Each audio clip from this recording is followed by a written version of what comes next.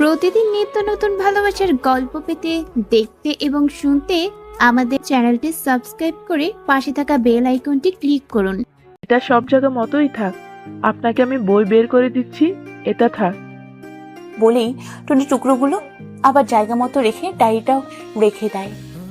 খাটের অন্য পাশের ক্যাবিনেট থেকে অনেকগুলো বই বের করে দিয়ে বলল, এগুলো স্যারের সবচেয়ে প্রিয় বই, কতবার যে পড়েছে তার হিসেব নেই।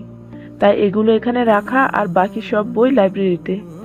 স্যারের বই পড়ার অনেক শখ ছিল, তাই ছোট একটা লাইব্রেরিও বানিয়েছিলেন, তবে এখন আর যায় না।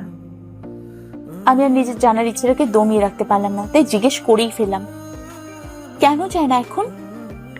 ভালোবাসার সাথে তার সম্পর্ক নেই, আর তাই যায় না। কথাটা বলেই টুনি বেরিয়ে গেল। আমি যেন কোনো এক গোলক ধাঁধায় পড়ে গেলাম।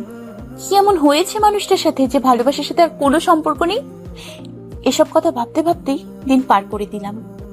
কোনোভাবেই ভিতরে জানতে চাওয়াটাকে দমিয়ে রাখতে পারলাম না।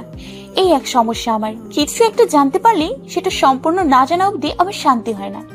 আর এখন তো একদমই সহ্য হচ্ছে না। ওই মানুষটার কষ্টের কথা ভাবতেই কেমন যেন লাগছে আমার। বুকের ভেতরটা হাহাকার করছে শুধু। রাতে ঠিকমতো খাওয়া দাওয়া করতে পারলাম না, ওই কথাগুলো মাথায় ঘুরছে, তাই খেতেও পারছি না। যতক্ষণ না সব জানতে পারবো আমার শান্তি হবে না। তাই কোনো রকম ডিনার করেই বেডরুমে চলে এলাম। রুমের মাঝে পায়চারি করতে লাগলাম। কোনো অজানা সংজ্ঞা কাজ করছে আমার ভেতরে। এত অস্থির না হয়ে দুধটুকু খেয়ে নিন। পেছন ফিরতেই দেখি টুনি এক গ্লাস দুধ নিয়ে রুমে আসে। আমি যে ঠিক মতো খাইনি কিছু একটা ভেবে অস্থির হচ্ছি, তাই টুনি ভালোভাবেই খেয়াল করেছে। দুধের গ্লাসটা রাখতে রাখতেই টুনি আবার বলে উঠল, টুনি তার ভালোবাসার মানুষগুলোর যত্ন করতে জানে। মায়ের পরে তো বাবার মতো এই ভাইটাকেই পেয়েছি, আর এখন সাথে আপনি যুক্ত হলেন। আমি অবাক হয়ে টুনির দিকে তাকিয়ে রইলাম। মেয়ে কি সুন্দর অবলীলায় বলে দিল আমি ওর ভালোবাসার মানুষ। টুনি চলে যেতে নিলেই আমি ওর হাত ধরে বসলাম। টুনি, জানতে চান তো কি হয়েছিল ওই মানুষটার সাথে? দুধটা শেষ করেন, আমি আসছি। আসছি বলেই টুনি চলে গেল। অনেকটা সময় পার করে 2 কাপ চা নিয়ে আসলো। আমার সামনে চা দিয়েই টুনি আলমারি এক সাইড খুলে কিছু একটা বের করছে। আমার সামনে এসে আমার হাতে একটা অ্যালবাম দিল। আমি অ্যালবামটা খুলতেই ভেতর থেকে একটা ছবি বেরিয়ে এলো, অয়ন চৌধুরীর ছবি। তার সাথে হাসি মুখে একজন তাকে দেখছে অপলক। এই ছবিটার একটা ছেঁড়া টুকরো কপি তখন আপনি মেলাতে বসেছিলেন। আমার বুঝতে বাকি রইল না, এইটা সেই ছবিটা। এই মানুষটাই অয়ন চৌধুরী ভালোবাসার মানুষ। আমি টুনির দিকে তাকালাম। টুনি আমার দিকে জিজ্ঞাসা চাহনিতে দেখে বলল, অয়ন চৌধুরীর ভালোবাসার সোহা। আমি অপলক তাকিয়ে আছি টুনির দিকে।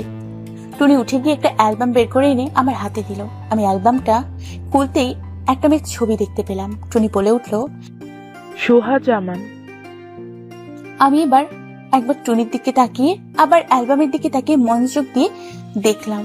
সাথে টুনি বলতে শুরু করলো, সোহা জামান অয়ন চৌধুরীর জীবনের প্রথম প্রেম, প্রথম ভালোবাসা। আমি তখন নতুন এসেছি, এত কিছু জানি না। কে যেন এলো বাসায়। আমি দরজা খুলতে দেখি একটা মেয়ে। নাম পরিচয় জানতে চাইলে উল্টো আমাকে বলে আমি কে। আমি কোনো মতেই তাকে ভিতরে আসতে দিব না। সে চিৎকার চেঁচামেচি শুরু করে দেয়।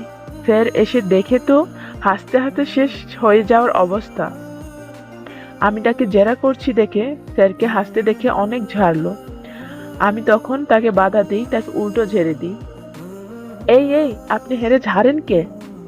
পরিচয় তো দেন নাই, আবার চিল্লাই। এবার স্যার হাসি থামিয়ে আমাকে বলল, এভাবে বলে না টুনি, ও অপরিচিত কেউ নয়। তাইলে পরিচয় দেয় না কে? ও হলো আমার বউ। আপনার বউ? তাইলে এই কয়দিন কই আসিল? বাপের বাড়ি গেছিল? আমার প্রশ্ন শুনে স্যার হেসেই যাচ্ছিলেন। হাসেন কে? না, বাপের বাড়ি যায়নি, ও ওখানে থাকে, কারণ আমাদের এখনো বিয়ে হয়নি, হবে। সেদিন জানতে পারলাম তারা একে অপরকে ভালোবাসে। আমি আমার চোখের সামনে তাদের ভালোবাসাটাকে বেড়ে উঠতে দেখেছি। ভালোবাসা ছাড়াও তাদের আরেকটা সম্পর্ক আছে, তারা সম্পর্কে কাজিন। সোহা আপু স্যারের খালাতো বোন, খুব ভালোবাসতো একে অপরকে। সবাই রাজি ছিল তাদের সম্পর্কের জন্য। আমি একটু একটু করে তাদের সম্পর্কটাকে বড় হতে দেখেছি। স্যার অনেক কথাই বলতেন আমাকে, কোথায় ঘুরতে গিয়েছে, কবে কোন ছবি দেখতে গিয়েছে, সবই বলতো আমাকে। এমনকি একবার সোহা আপুর পরীক্ষার জন্য প্রায় 1 মাসের উপর আপু এই বাড়িতে আসেনি। স্যারেরও যাওয়ার নিষেধ ছিল, কিন্তু স্যার একদিন আর থাকতে না পেরে শেষমেশ বাড়ির পাইপ দিয়ে সোহা আপুর বারান্দায় গিয়ে দেখা করে। এটা আমি ছাড়া আর কেউ জানে না, আজ আপনি জানলেন। সবকিছু ভালোই চলছিল, আমার চোখের সামনেই এতগুলো বছর কাটলো। তারপর যখন চাচাজান মানে স্যারের বাবা মারা গেলেন, ব্যবসার সমস্ত দায় দায়িত্ব স্যারের উপর এসে পড়ল। একা সব দিকে সামাল দেয়া লাগছিল স্যারের। সোহা আপুকে যে সময় দিত না তা নয়, এমনকি সোহা আপু প্রায় সময় এ বাড়িতে এসে থাকতেন। তখন স্যার প্রায় সময় ব্যবসার কাজে দেশের বাইরে যেতেন, আর ওই সময়গুলো কখনো সোহা আপু এ বাড়িতে থাকতেন, আবার কখনো থাকতেন না। ধীরে ধীরে সবই স্বাভাবিক হতে থাকে। স্যারের একটা গেস্ট হাউস আছে, অনেক শখ করে বানিয়েছেন। ওই গেস্ট হাউসে স্যার আর সোহা আপু ছাড়া অন্য কারো যাওয়ার অনুমতি ছিল না। 2 বছর আগে সোহা আপুর জন্মদিনের 3 দিন আগে স্যার একটা কনফারেন্সের জন্য জার্মানে 7 দিন থাকা লাগবে। কিছু করার নেই, সোহা আপু অনেক মন খারাপ করে। এই প্রথম তার জন্মদিনে স্যার থাকবেন না। প্রতি বছর স্যারই সব প্ল্যান করে পার্টি থ্রো করে। একবার তো ডেস্টিনেশনে বার্থডেও সেলিব্রেশন করেছিলেন মালয়েশিয়ায় গিয়ে। স্যার অনেক বুঝিয়ে সোহা আপুর রাগ ভাঙায়। আমরা কেউ জানতামই না ওইটা স্যারের প্ল্যান ছিল, কারণ স্যার সেবার আরো বড় কিছু প্ল্যান করে রেখেছিল। বিয়ের জন্য প্রপোজ করবে সোহা আপুকে, আর এটাই তার জন্মদিনের সারপ্রাইজ হবে। অনেক খুশি হবে সোহা আপু এমন কিছু পেলে জন্মদিনে, কারণ তখন তো তার রাত দিন কাটতো এটা ভেবেই কবে সে তার ভালোবাসার মানুষটার জন্য বউ সাজবে। প্ল্যান অনুযায়ী সব হয়। স্যারের জার্মানিতে কনফারেন্স ছিল, তবে তা 2 দিনের। ইচ্ছে করে 7 দিন বলে। সোহা আপুর জন্মদিনের দিনই ফিরে আসেন সে। আস্তে আস্তে প্রায় সন্ধ্যা হয়ে যায়। স্যার সোহা আপুর বেস্ট ফ্রেন্ড তানিয়া আপুর সাথে মিলে সব প্ল্যান করে। তানিয়া আপু সোহা আপুকে নিতে তার বাসায় গেলে জানতে পারে সে বাসায় নেই। স্যার তার জন্মদিনে থাকবে না বলে সে মন খারাপ করে চলে গেছে। স্যার জানে সোহা আপু মন খারাপ করলে গেস্ট হাউসেই যায়, তাই স্যার প্ল্যান অনুযায়ী সোহা আপুর জন্য রিং আর কেক নিয়ে গেস্ট হাউসের জন্য বেরিয়ে পড়ে। রাত প্রায় 3টার উপরের বাজে। কলিং বেল বেজে উঠল। এত রাতে কারো আসার কথা না, কারণ স্যার বাসার বাইরে আছে, আর সে তো সোহা আপুকে নিয়েই তাদের গেস্ট হাউসে। তাহলে এই সময় কে এলো? আমি বাড়ির দরজা খুলতেই দেখলাম স্যার। তাকে দেখে চমকে গেলাম। স্যার এসেছে এর জন্য নয়, কি হাল করেছে নিজের এটা দেখে। যে মানুষটা কয়েক ঘন্টা আগে জীবনের নতুন সূচনা করার জন্য গেল, তার এই অবস্থা কেন? আমি জিজ্ঞেস করলাম, আপনি এখন আর সোহা আপু কোথায়? স্যার আমার কথা কোনো জবাব না দিয়ে রুমে চলে গেলেন। সারা রাত ভাঙচুর করলেন রুমের মাঝে, পাগলের মতো নিজের উপর অত্যাচার করলেন। আমরা অনেক ভয় পেয়ে যাই, কি এমন হলো? সোহা আপুকে ফোন দিয়েও কোনোভাবে পাই নাই। 3 দিন পর স্যারের রুমের দরজা ভেঙে তাকে বের করা হয়। মেঝেতে পড়েছিল রক্তাক্ত অবস্থায়।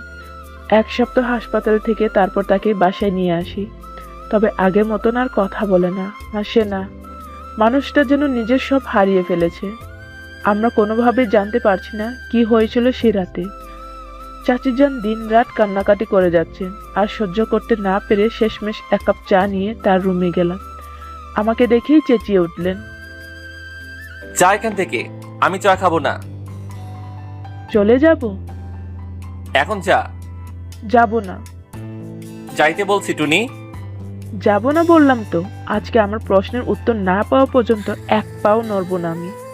দেখ টুনি, একদম রাগাবি না, বের হ এখন। যাবো না। আমার প্রশ্নের উত্তর দিয়ে দেন, চলে যাব চুপচাপ। টুনি, কেন নিয়ে আইছেন রাস্তা থেকে কুড়িয়ে? আপনি বলেন। আপনাকে ভাইয়া ডাকতে আজকে ডাকতেছি, বলেন ভাইয়া কি হয়েছে? টুনি যা। না, আমার ভাই নিজেকে এভাবে শেষ করে দিবে আমি তার সহ্য করতে পারবো না। বলেন না ভাইয়া কি হয়েছে? সোহা আপু কই? সোহা আপুর নাম শুনে যেন আরো রেগে গেলেন।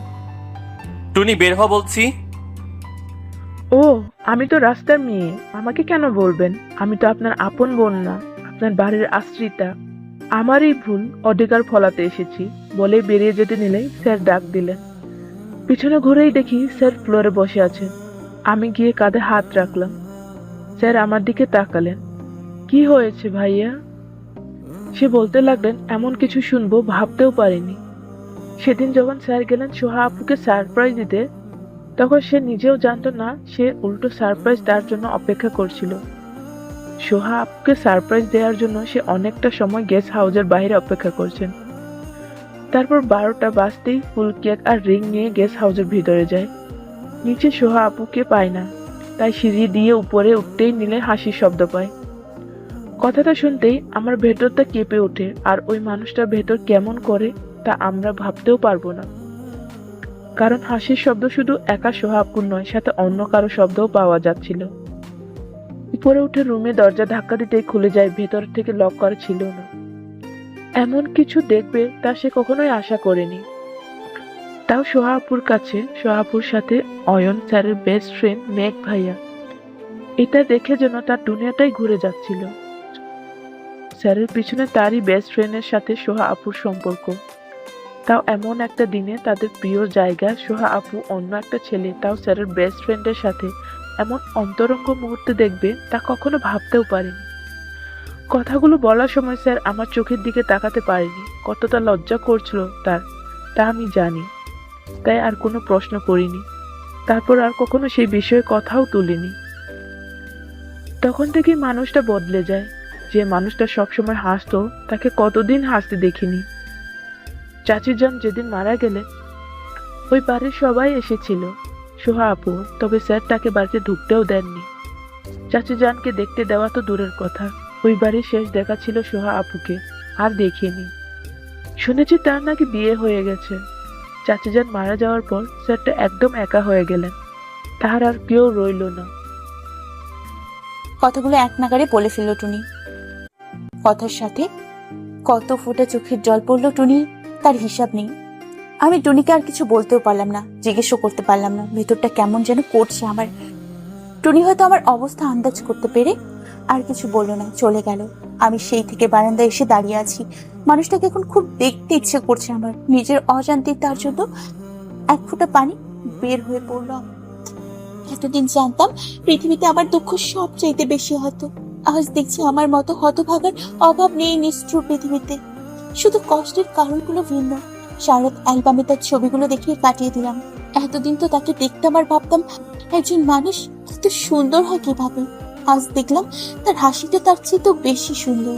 আমার দেখতে ইচ্ছে করছে কতটা পাষাণ্ড হলে কেউ এমন একটা মানুষের মুখের হাসি কেড়ে নিতে পারে। আমি তো এই হাসি দেখে জীবন পার করে দিতে পারতাম, তাহলে তার ভালোবাসার মানুষটা কেন পারলো না? সময় তো কারোর জন্য অপেক্ষা করে না। রাত শেষ হয়ে ভোর হয়ে গেল প্রায়। হুট করে চোখ লেগে যায় আমার, আর তখনই টুনি এসে ডাক দেয়, আজ বাসায় যাব। সময় মতো না গেলে আবার কোনো সমস্যায় পড়তে পারে। অফিস টাইম একটু এদিক সেদিক হতে পারে, কিন্তু ট্রেন তো আর এদিক সেদিক হবে না, সময় মতোই আসবে। জীবনটা মিথ্যের উপর চলছে, কখনো কল্পনাও করিনি এইভাবে মিথ্যেই একদিন আমার নিত্য সঙ্গী হবে। ভাল লাগে না। একটা মিথ্যেকে ঢাকার জন্য আরো হাজারটা মিথ্যে বলতে হয়। কখনো কখনো মনে হয় বলে দেই সত্যিটা, আবার পরক্ষণে মনে হয় নিজেকে তো শেষ করেই দিয়েছি। এখন সত্যিটা জানলে আমার জ্যান্ত বাবা মাটাও মরে যাবে। এর চাইতে আমি নিজেই জ্যান্ত লাশ হয়ে বেঁচে থাকি। তাই আর না ঘুমিয়ে রেডি হয়ে বেরিয়ে গেলাম। 4 দিন পর বাসায় ফিরলাম। শারদ ঘুমায়নি বলে ক্লান্ত দেখাচ্ছে। ঘুমিয়ে ঘুমিয়ে দিন পার করে দিচ্ছি। এখন প্রতিদিনের রুটিন হয়ে গেছে, দিনে ঘুমানো আর রাত জেগে টুনির সাথে গল্প করা। সারাদিন বাসায় মার সাথে সময় দিই, বোনদের সাথে অল্প আড্ডায় দিন কাটে। আর রাত হলেই চলে যায় টুনির কাছে, টুনির স্যারের গল্প শুনতে। টুনি এত বেশিও স্যারের কথা বলে যে মনেই হয় না মানুষটা দূরে আছে বা সে আমার অপরিচিত কেউ। মনে হয় যেন কত চেনা সে আমার, কত কাছের মানুষ, আমার আপন মানুষ। অনেকদিন পর স্বাভাবিক দিন কাটাচ্ছি। 19 দিন হয়ে গেল মানুষটা গেছে, এখনো আসেনি। কবে আসবে তাও জানি না। তবে ইদানিং তার শূন্যতা আমাকে অনেক ভাবায়। জানি না কেন তার কথা ভাবতেও ভালো লাগে ইদানিং। মনে মনে তার কথা ভাবি আর মিট মিট করে হাসি। অনু ভ্রু কুচকে আমার দিকে তাকালো। তুমি একা একা হাসছো কেন? কই একা একা হাসলাম? হ্যাঁ হাসছো, আমি দেখেছি। বলো কি হয়েছে? আরে না, ভুল দেখেছিস। অনুর সাথে আর কথা বাড়ালাম না, শুয়ে পড়লাম। গত রাতেও টুনির সাথে সারা রাত গল্প করেছি, ঘুমাইনি, তাই শুয়ে পড়তেই ঘুমিয়ে পড়লাম। রেনু, হঠাৎ মায়ের চিৎকারে ঘুম ভেঙে গেল। চোখ খুলতেই মা আর তনুর চিৎকার শুনতে পেলাম। হুট করে এভাবে ঘুম থেকে ওঠায় আমার আত্মা যেন শুকিয়ে গেছে। উঠে দাঁড়াতেও কষ্ট হচ্ছে। মা আর তনু বাবার ঘর থেকে চিৎকার করছে, এটা বুঝতে পারছি। অনেক কষ্টে উঠে নিজেকে সামলে বাবার ঘরে এগিয়ে যেন আমার পুরো দুনিয়া ঘুরে গেল। রেনু রে, তোর বাবা। মা চিৎকার করে কান্না করছে। আপু দেখো না, বাবা বাবা কথা বলে না। আপু, আমার যেন পুরো দুনিয়াতে অন্ধকার হয়ে আসছে। আমি কথা বলতে পারছি না। তনু আমাকে ধরে ঝাঁকি দিল। ঝাঁকি দিতে আমি যেন হুঁশ ফিরে পেলাম। বাবার পাশে গিয়ে বসলাম। ও বাবা, বাবা, বাবা কথা বলো বাবা, বাবা। দেখ না রেনু, তোর বাবা কথা বলে না। দাঁড়াও মা, আমি দেখছি। বলেই আমি বাবার পালস চেক করলাম। না, চলছে। তার মানে বাবার কিচ্ছু হয়নি। তনু, দৌড় দে, আমার ফোন নিয়ে আয়, জলদি নিয়ে আয়। মা প্লিজ, কেঁদো না। তনু ফোন নিয়ে আসতে আমি হসপিটালে কল দিলাম অ্যাম্বুলেন্সের জন্য। বেশি সময় লাগলো না, অ্যাম্বুলেন্স চলে এলো। বাবাকে অ্যাম্বুলেন্সে ওঠাতেই অনু দৌড়ে এলো। এ সময় অনু টিউশনে থাকে। বাবার কি হয়েছে আপু? তুই মা আর তনুকে নিয়ে একটু সিএনজি করে চলে আয়, আসলে বলছি সব। অনুকে বলি আমি বাবার সাথে অ্যাম্বুলেন্স উঠে গেলাম। হসপিটালে পৌঁছতেই বাবাকে আইসিইউতে ঢোকানো হলো। যে ডক্টর বাবার চিকিৎসা করে সে বাবার বন্ধু হন, রহমান আঙ্কেল। আঙ্কেল, বাবা। চিন্তা করে না মা, আমি দেখছি। বলেই আঙ্কেল ভেতরে চলে গেলেন। ততক্ষণে মা আর তনু, অনুও চলে এলো। তোর বাবা কোথায়? মা ধৈর্য ধরো, বাবাকে আইসিইউতে নিয়ে গেছে। আঙ্কেলও গেছেন। কিছুক্ষণ পরই আঙ্কেল বেরিয়ে এসে বললেন বাবাকে ভর্তি করে ফেলতে।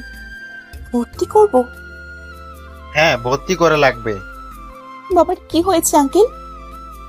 আবার স্ট্রোক করেছে? মা চিৎকার করে উঠলেন। আমার বাবা স্ট্রোক করেছে শুনে। আঙ্কেল, বাবা ঠিক হয়ে যাবে তো? আল্লাহকে ডাকো, আমরা যথাসাধ্য চেষ্টা করছি। আমি অনুকে মাকে দেখতে বলে বাবাকে ভর্তি করতে চলে গেলাম প্রাইভেট হসপিটালে। অনেক খরচ, কিন্তু কিছু করার নেই আমার। বাবাকে যে বাঁচাতে হলে এক্ষুনি ট্রিটমেন্ট করাতে হবে। সরকারি হসপিটাল তো সুস্থ মানুষগুলো গিয়েও লাশ হয়ে ফিরে আসে চিকিৎসার অভাবে। আমি আমার বাবাকে হারাতে চাই না। আর টাকা যা আছে মনে হয় হয়ে যাবে, তাই 7-5 না ভেবেই বাবাকে ভর্তি করে ফেললাম। পরিবারের জন্যই তো নিজেকে অন্ধকারে ঠেলে দিয়েছি। আমি বেঁচে থাকতে বাবাকে কষ্ট পেতে দিব না। কিছুক্ষণ পরেই একজন নার্স এসে বড় একটা প্রেসক্রিপশন ধরিয়ে দিল। রহমান আঙ্কেল বাবার বন্ধু, এই সুবাদে সে আমাদের থেকে কখনো ফিস নেয় না, কিন্তু হসপিটালের বিলের ক্ষেত্রে তাও কিছু করার নেই। তবে উনি থাকায় ভালো হয়েছে, একান্ত যেটা প্রয়োজন উনি সেটাই প্রেসক্রিপশন করে দিয়েছেন। অন্যথায় অন্য সব ডক্টর বা হসপিটালগুলোতে অযথায় আরো বেশি মেডিসিন কেনায়। আমি গিয়ে মার পাশে বসলাম। মা আমার কাঁধে মাথা রাখলেন। চিন্তা করো না মা, বাবার কিছুই হবে না। মা নীরবে চোখের পানি ফেলে যাচ্ছে। তনু অনুও কাঁদছে, শুধু আমিই কাঁদতে পারছি না। কিভাবে কাঁদবো আমি? আমি কাঁদলে এই মানুষগুলোর চোখের পানি মুছবে কে? তাই আমাকে শান্ত থাকতেই হবে। মাঝে মাঝে নিজেকে অনেক বেশি অসহায় মনে হয়, যেমনটা ঠিক এই মুহূর্তে মনে হচ্ছে। আমার মতো সন্তানগুলো মনের ইচ্ছে মতো চোখের পানিও ফেলতে পারে না। এই সন্তানগুলো পৃথিবীর সবচেয়ে হতভাগা। অনেকটা সময় পর ডক্টর আঙ্কেল বেরিয়ে এলেন। বলেছিলাম অনেক সাবধানে থাকতে হবে। হুট করে আবার স্ট্রোক করলো কেন? আমি তো কিছুই জানি না। অনেক বেশি চিন্তা করে মেয়েদের নিয়ে। মা, তুমি আমাকে আগে বলনি কেন? আঙ্কেল, এখন কি অবস্থা? আপাতত আইসিইউতে রাখবো, আশা করি এই যাত্রায়ও বেঁচে যাবে। সারাদিন আমরা হসপিটালের করিডোরে বসেছিলাম। আমাদেরকে এখনো ভেতরে যাওয়ার অনুমতি দেয়নি। বাবার এখনো জ্ঞান ফেরেনি। রেনু, এ নিয়ে দ্বিতীয়বার স্ট্রোক করে বাবা। আর এবার অবস্থা একটু বেশি খারাপ, কথাও বলতে পারছে না। চিকিৎসা অনেক খরচ হয়ে গেছে। ভাগ্যিস হাতে টাকাগুলো ছিল, তাই সমস্যা হয়নি। তবে টাকাও ফুরিয়ে গেছে। বাকি দিনগুলো কিভাবে যাবে? প্রাইভেট হসপিটালে কেবিন ভাড়া, মেডিসিন খরচ, আইসিইউর খরচ, তার উপর আমরা 4 জন মানুষ দিনরাত এখানেই থাকছি। এতে করে বাইরের খাওয়া দাওয়া লাগছে, সব দিক সামলাতে হিমশিম খেয়ে যাচ্ছি। রেনু, হ্যাঁ মা, বলো। একটু বাইরে আয় আমার সাথে। বলো মা। এত খরচ কিভাবে করছিস তুই? এত টাকা কোথায় পেলি? মনে মনে এই ভয়টাই পাচ্ছিলাম, কখন না জানি মায়ের এই প্রশ্নটার সম্মুখীন হতে হয়, আর সেটাই হলো। কি রে, তাকিয়ে আছিস কেন? বল, জবাব দে। এত টাকা কোথায় পেলি? প্রায় 1050-এর উপরে খরচ করেছিস, কিন্তু কিভাবে? অফিস থেকে লোন নিয়েছি মা। সেদিন জয়েন করলে, এর মাঝে এত বড় লোন তাও দিয়ে দিল? দিয়েছে, সেটাই তো ভাগ্য মা। না দিলে কি হতো ভেবে দেখেছো? কিভাবে বাঁচাতাম বাবাকে, ভেবেছো একবার? আপু তো ঠিকই বলেছে মা। যদি অফিস থেকে লোনটা না দিতে পারো, তাহলে কি করতাম আমরা? কোথায় গিয়ে দাঁড়াতাম? কে আসতো আমাদের পাশে? অনুকে পাশে পেয়ে হালকা লাগছে, মাকে বোঝাতে সুবিধা হবে। তবুও মনের মধ্যে অনেক অপরাধ বোধ কাজ করছে। বারবার একটার পর একটা মিথ্যে বলেই যাচ্ছি মাকে। এছাড়া তো আমার কাছে আর উপায় নেই। সত্যিটা যে আমি মরে গেলেও বলতে পারবো না। আল্লাহর কাছে মনে মনে বলতে লাগলাম, আমার এত মিথ্যার শাস্তি যেন আমার মা বাবা বোনদের না দেয়। আবার মিথ্যেগুলো সব শাস্তি আমি মাথা পেতে নেব, তাও এই মানুষগুলোর যেন কখনো কিছু না হয়। মাকে কোনো মতে বুঝ দিয়ে এ যাত্রায় বেঁচে গেলাম, তবু বিপদগুলো যেন আমার পিছু ছাড়ছে না। আপু আজকে খাওয়ার জন্য কি করব? আমি টাকা দিচ্ছি, তুমি গিয়ে বাইরে থেকে নিয়ে আয়। বলছিলাম কি, প্রতিদিন এভাবে বাইরে খেলে তো অহেতুক বাড়তি খরচ বেশি হয়ে যাচ্ছে। এর চাইতে না হয় আমি বাসায় গিয়ে রান্না করে নিয়ে আসতাম। তুই প্রতিদিন একা যাবি আসবি, এর চেয়ে এভাবেই চলুক। ঠিক আছে, তাহলে টাকা দাও। ব্যাগ থেকে অনুকে 1000 টাকার একটা নোট বের করে দিলাম। আমার কাছে আর মাত্র 1000 টাকা আছে। কি হলো, কি ভাবছো? দাও। হ্যাঁ, নে যা। কোনো সমস্যা? না কিছু না, তুই যা, জলদি গিয়ে নিয়ে আয়। অনুকে পাঠিয়ে দিয়ে আবার ব্যাগ খুলে দেখলাম, আর মাত্র 1000 টাকাই আমার শেষ সম্বল। এরপর জানি না কি হবে, বাবাকে আরো কয়দিন হসপিটাল রাখা লাগবে কে জানি, কিভাবে সামলাবো আগে জানার দরকার। তাই গেলাম আঙ্কেলের কাছে কথা বলতে। নক করলাম, আসবো আঙ্কেল? রেনু, আসো। আঙ্কেল বলছিলাম কি, বাবাকে আর কয়দিন হসপিটালে রাখা লাগতে পারে? কেন নিয়ে যেতে যাচ্ছ? না তা নয়, প্রয়োজন হলে তো অবশ্যই রাখবো। আরো একদিন রাখতে চাচ্ছি। আসলে এটা দ্বিতীয়বার তো, তাই কাল দেখি সব ঠিক থাকলে পরশু না হয় নিয়ে যেও।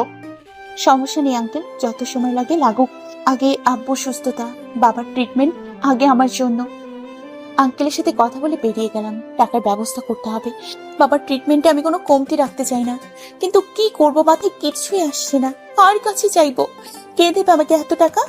এমন কেউ নেই এই মুহূর্তে আমাকে অনেক টাকা ধার দেবে। আত্মীয় স্বজন যারা আছে তারা আমাদের অবস্থা সম্পর্কে খুব ভালোভাবে অবগত।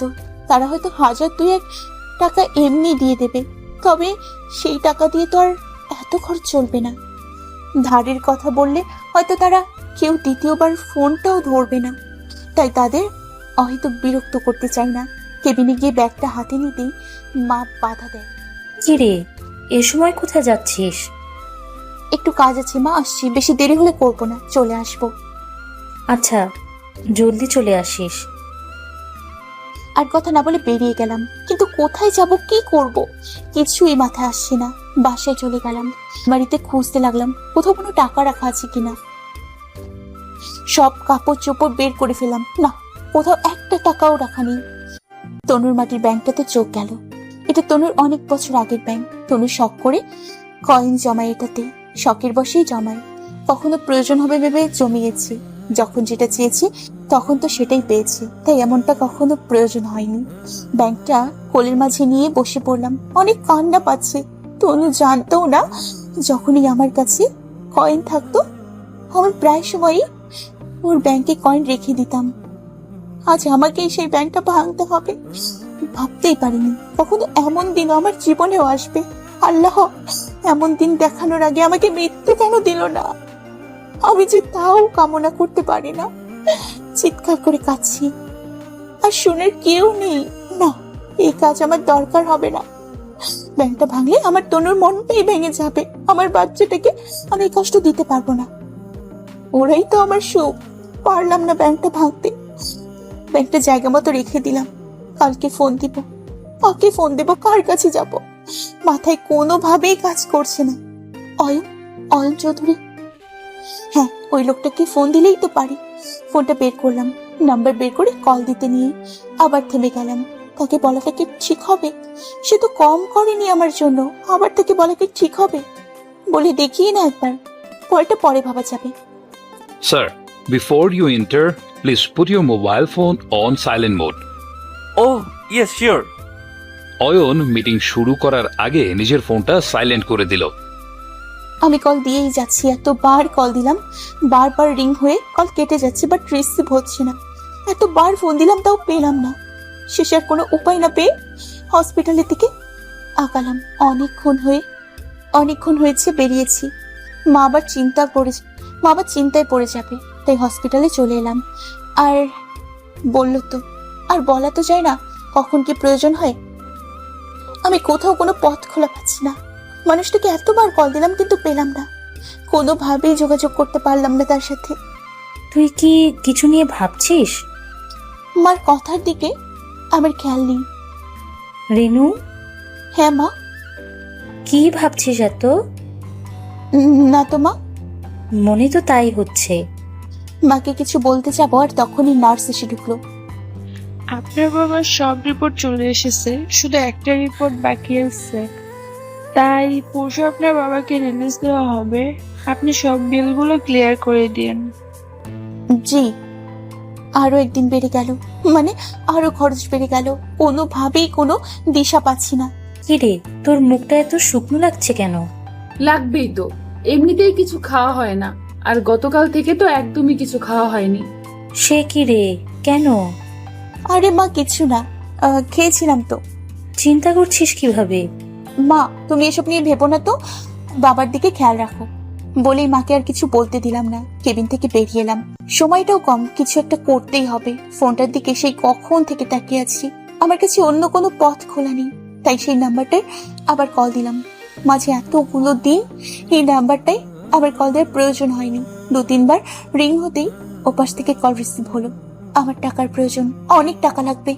ওই পাশ থেকে যা বললো শুধু শুনলাম, শুনে ফোন রেখে দিলাম। কল কাটতেই নিচে অয়ন চৌধুরীর নাম্বারটায় চোখ পড়লো, চোখটা ঝাপসা হয়ে আসলো। সাথে সাথে ফোনটা লক করে উঠে গেলাম। নিজেকে শক্ত রাখতে হবে, ভেঙে পড়লে হবে না। মায়া, মোহ, ভালো লাগা এসব আমার জন্য নয়। আগে বাবা যাও একটু কথা বলতে পারতো, এখন তাও ঠিক মতো বলতে পারছে না।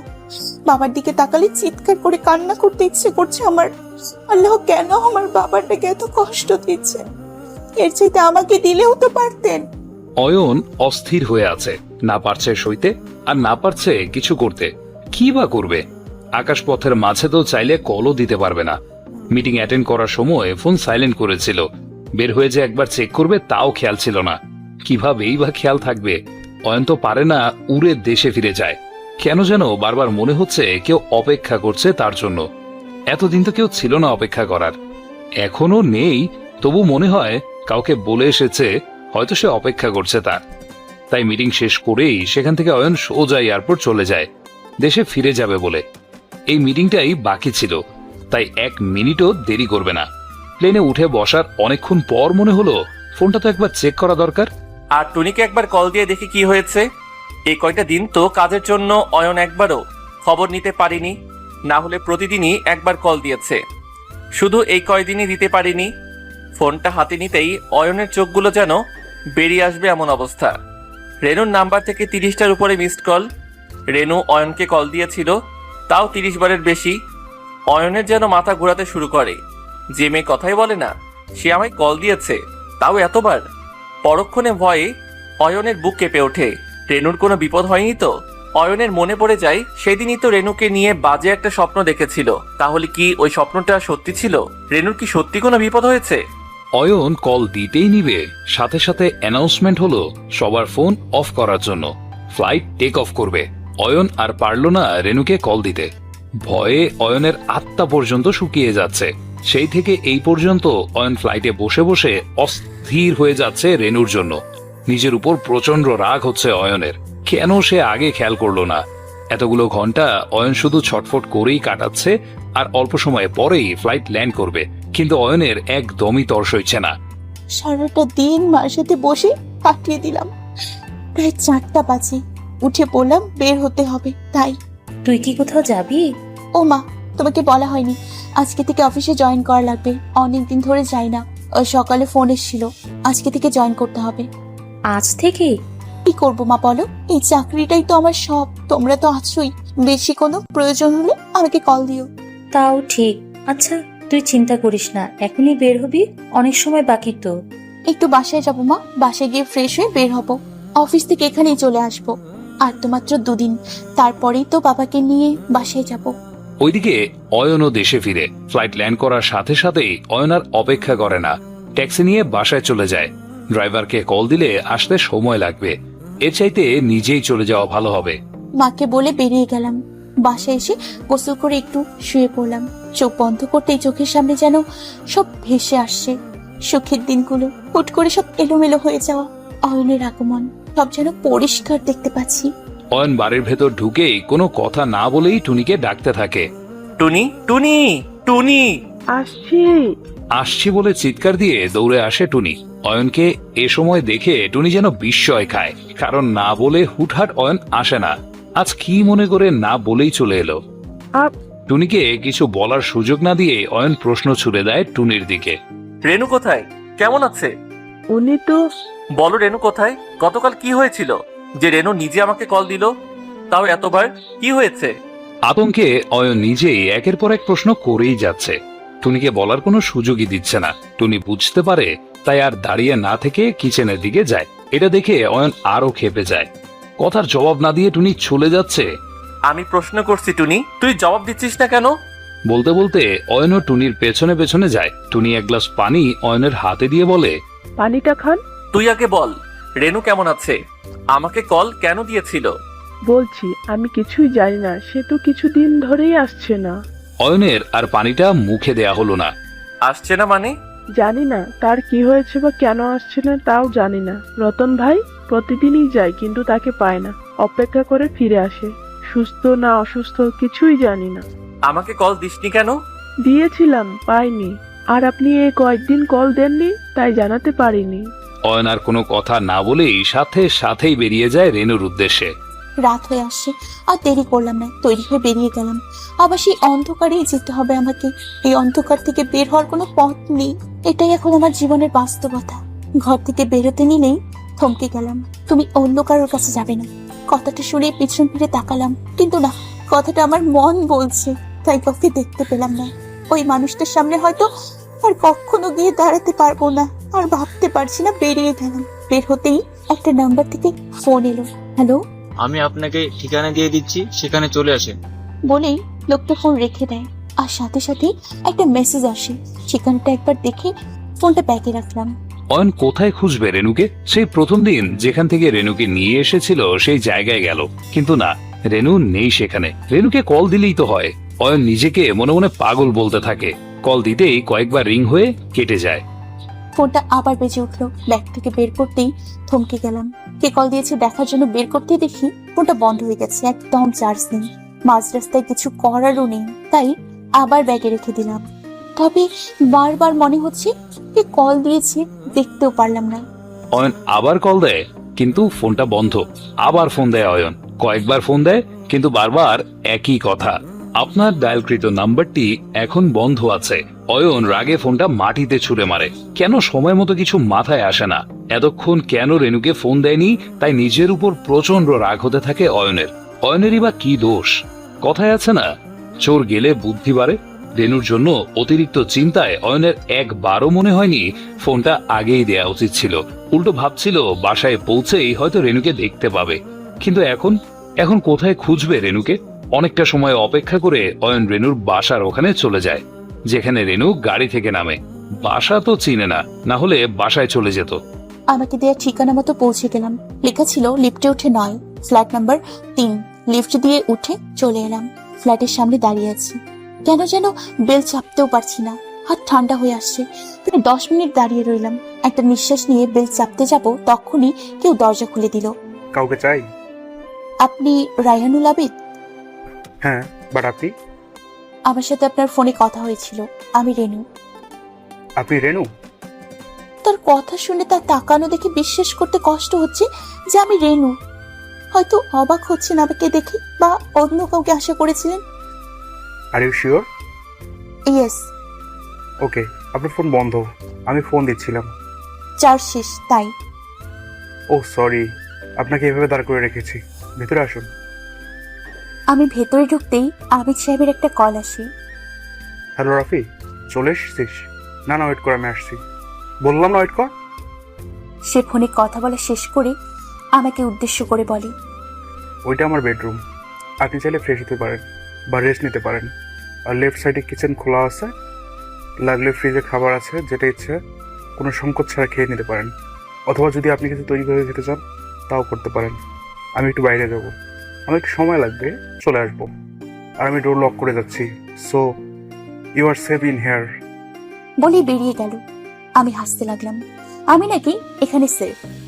নিজেকে শেষ করতে এসছি, সেফ থাকলেই বা কি আর না থাকলেই বা কি। লোকটা মনে হয় একাই থাকে, দেখে মনে হলো ভদ্র মানুষ। সমাজের প্রতিটা ভদ্র মানুষই কি এমন হয়? ভদ্রতার মুখোশ পরা? অয়ন চৌধুরীর গল্পটা না হয় ভিন্ন, তাও অনেক কিছু জানার বাকি ছিল। তার কাছে যা হয়তো আর জানা হবে না, কারণ আজ রাতের পর তার সামনে গিয়ে আর দাঁড়াতে পারবো না।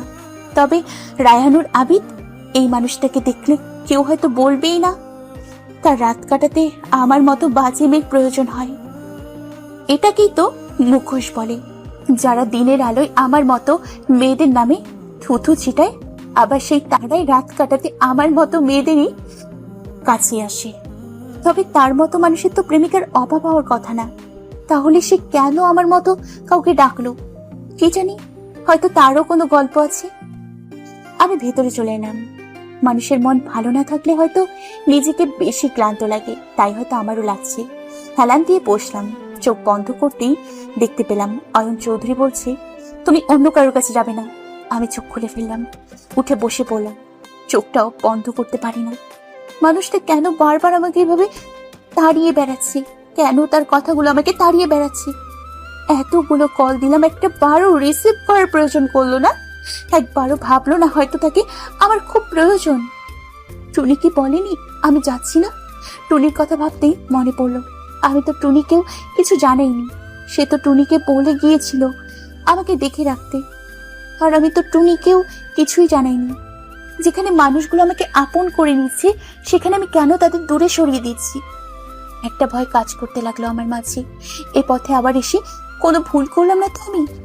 কিন্তু বাবাকে কিভাবে বাঁচাবো? না, কিছুই মাথায় আসছে না। অনেকক্ষণ গলির মোড়ে দাঁড়িয়ে থেকে অপেক্ষা করলো অয়ন রেনুর জন্য, কিন্তু না, রেনুর আসার কোনো খবর নেই। অয়ন পারছে না এক জায়গায় দাঁড়িয়ে থাকতে, আবার পারছে না এখান থেকে সরে যেতে। তাও সেই গলিটা, এমনকি আশেপাশের গলিগুলো অয়ন কয়েকবার ঘুরে দেখলো। ঘুরে ফিরে একই জায়গায় সেই গলির মোড়ে এসে দাঁড়ায় অয়ন রেনুর জন্য। প্রায় ঘন্টা দেড়েক পর আবিদ সাহেব ফিরে এলেন। সরি, অনেকটা লেট করে ফেললাম। আমি কিছুই বললাম না, তবে মানুষটা কিভাবে যেন দেখছে আমাকে, হয়তো কিছু জানতে বা জিজ্ঞেস করতে চায়। আমি আসছি, 2 মিনিট। 2 মিনিট বলেই ঠিকই 2 মিনিটের মাঝে হাতে 2 কাপ কফি নিয়ে এলেন।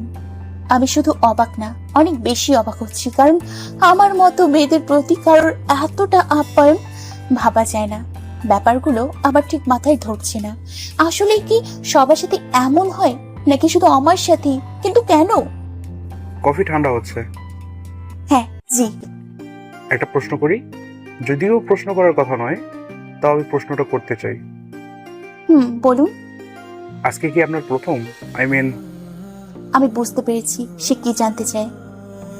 না, প্রথম নয়। Are you sure? জানি না কেন আমার মনে হচ্ছে না আপনি এই লাইনের কেউ। আমি তার প্রশ্ন শুনে অবাক হয়ে তাকিয়েছিলাম। না মানে আপনাকে দেখে মনে হয় আপনি ভালো ফ্যামিলির মেয়ে, তাহলে আপনি এখানে কেন? আমি একটা হাসি দিয়ে তার দিকে তাকালাম। এটাই আমার বাস্তবতা। আপনি কি জানেন আজকে এখানে আরো কিছু মানুষের আসার কথা ছিল? আমি চোখ বড় বড় করে তার দিকে তাকালাম। জানি না কেন আপনাকে দেখার পর মন সায় দিল না, তাই পার্টিটা ক্যান্সেল করে দিলাম। আমি আর কিছুই বলতে পারছি না। আমার আশেপাশে ঘটে যাওয়া ঘটনাগুলো কি শুধু আমার সাথেই ঘটে? কখনো তো শুনিনি আমাদের মতো মেয়েদের সাথে কেউ ভালো আচরণ করে, তাহলে আমার সাথে কি হচ্ছে আর কেনই বা হচ্ছে? আপনি কি শিওর আজ আপনি থাকবেন? না মানে আপনি যদি চলে যেতে চান তাহলে যাইতে পারেন, আমি বাধা দিব না, যেতে পারেন। এটা আমার প্রয়োজন। আবির সাহেব একটু একটু করে আমার কাছে আসতে নিলেন। আমার কাছাকাছি এসে আমার একটা হাত ধরে টান দিয়ে আমাকে একদম নিজের সাথে জড়িয়ে নিলেন। অয়ন অনেক অপেক্ষা করলো, অনেক কল দিল, কিন্তু না, কোনোভাবেই রেনুকে খুঁজে পেল না। এমনকি যে মাধ্যমে রেনুকে পাওয়া বা রেনুর খবর পাওয়া যেতে পারে সে মাধ্যমেও রেনুর কোনো খবর পেল না। বাধ্য হয়েই মাঝরাতে বাসায় ফিরতে হলো অয়নকে রেনুকে ছাড়াই। অয়নের মনে মনে ভয় হতে লাগলো, আর কি কখনোই রেনুকে পাবে না অয়ন? রেনুকে কি আজীবনের জন্য হারিয়ে ফেলল অয়ন? অয়ন বেল বাজাতেই দরজা খোলার সাথে সাথে অয়ন কিছু বোঝার আগেই কেউ জড়িয়ে ধরল তাকে। রেনু অয়নকে জড়িয়ে ধরে হাউমাউ করে কান্না করে দিল। অয়নের নিজেরও চোখগুলো ঝাপসা হয়ে গেল। অয়ন পাগলের মতো যাকে খুঁজে বেড়ালো সে কিনা নিজে এসে অপেক্ষা করছিল। ভাবতে থাকে অয়ন, আমার চোখের পানি যেন থামছেই না। ওই ঘটনার কথা তো বলতেও পারবো না। হাবিব সাহেব একটু একটু করে আমার কাছে আসতে নিলেন। আমার কাছাকাছি এসে আমি একটা হাত ধরে টান দিয়ে আমাকে একদম নিজের করে নিলেন। উনি একদম আমার কাছে এলেন। এক হাত দিয়ে আমাকে আরো ধরে রেখেছে আঁকড়ে, অন্য হাত দিয়ে আমার কাঁধের উপর থেকে ওনাটা একটু একটু করে সরাতে লাগলেন। তার আচরণে আমি কোনো হিংস্রতা অনুভব করছি না। সে আলতো হাতে আমাকে স্পর্শ করছেন। আমি নিজেকে শক্ত করে রেখেছি। আমার দুহাতেই মুষ্টিবদ্ধ হয়ে আছে। ওনাটা ফেলে দিয়ে সে আমার ঘাড়ের কাছে মুখ আনতে নিলেই অয়ন চৌধুরী আমাকে করা প্রথম স্পর্শ যেন আমি স্পষ্টভাবে অনুভব করতে পারি। অয়ন চৌধুরীর মুখটা যেন স্পষ্ট দেখতে পাই। আবিদ সাহেব যে হাত দিয়ে আমাকে জড়িয়েছিলেন আমি তাকে ঠেলে সরিয়ে দিয়ে তার থেকে দু কদম পিছিয়ে গেলাম। আবার চোখ বেয়ে পানি পড়তে লাগলো। Are you okay? আমি পারবো না, আমি তার কাছে যাব, প্লিজ। আবিদ সাহেব আমার দিকে তাকিয়ে একটা দীর্ঘ নিঃশ্বাস নিলেন, আর আমার চোখ বেয়ে নিঃশব্দে পানি পড়তে থাকলো। ঠিক আছে। বলেই সে আমার ওড়নাটা উঠিয়ে আমার গায়ে জড়িয়ে দিলেন। আমি বের হতে নিলে আমাকে ডেকে উঠলেন। রেনু, আমি দাঁড়িয়ে যাই। আমি কি আপনাকে ড্রপ করতে পারি প্লিজ? ইটস এ রিকোয়েস্ট, না করবেন না প্লিজ। আর এমনিতেও অনেকটা রাত হয়ে গেছে, প্লিজ আমি পৌঁছে দিয়ে আসি। আমি চোখের পানি মুছে তাকে সম্মতি জানালাম। সে নিজের গাড়ি করে আমাকে নিয়ে বেরিয়ে পড়লেন আমাকে অয়ন চৌধুরীর কাছে পৌঁছে দিতে। মানুষের মুখটা কেমন যেন মলিন হয়ে গেছে। কেউই কিছু বলছি না। সে নিজেই মুখ খুললেন। একটা ব্যক্তিগত প্রশ্ন করতে পারি? জানি আমার অধিকার নেই, তবু যদি অনুমতি দাও তো। জি বলেন। যে মানুষটার কাছে ফিরে যাচ্ছ সে কি তোমার প্রথম? হ্যাঁ। খুব ভালোবাসা থাকে তাই না? ভালোবাসি শব্দটা শুনে আমি অবাক দৃষ্টিতে মানুষের দিকে তাকালাম। সে আমার দিকে তাকালেন না, সামনে তাকিয়ে কথাগুলো বললেন। হয়তো আবার চোখে চোখ রাখতে চাইলেন না, তাই আমার দিকে তাকাচ্ছেন না। তারপর আর কোনো কথা বললেন না। তার শেষ প্রশ্নটার কোনো উত্তরও দিলাম না আমি। আর সে হয়তো উত্তরের অপেক্ষাও করছে না। বাড়ির ভেতরে যাওয়ার পর পা বাড়াতেই বলে উঠলেন, রেনু। আমি আবার ঘুরে তাকালাম। আমাদের কি আর কখনো দেখা হবে না? আমি হাসি দিয়ে গাড়ির খানিকটা কাছে এলাম, এসে বললাম, না, আমার জীবনের অন্ধকার জগতের অংশবিশেষ আপনি। এই অন্ধকারটা রাতের আধারের সাথে মিলিয়ে যাক। কোনো নতুন ভোরে আর আমাদের দেখা হবে না। কোনো পিচ ঢালা পথের চৌরাস্তায় আমরা আর কখনোই মুখোমুখি হব না। আমি কথা শেষ করতেই আবিদ সাহেব গাড়ি থেকে নেমে আমার সামনে এসে দাঁড়ালেন। আমার চোখে চোখ রেখে বললেন, রেনু, তুমি ভালোবাসার জন্য সৃষ্টি হয়েছ, কারো রাত যাপনের জন্য নয়। বলেই সে আমার মাথায় আলতো করে হাত বুলিয়ে দিয়ে আমার কপালে একটা চুমু দিয়ে আবার বললেন, ভালো থেকো, সুখী হও। বলে আর পিছিয়ে তাকালেন না, চলে গেলেন।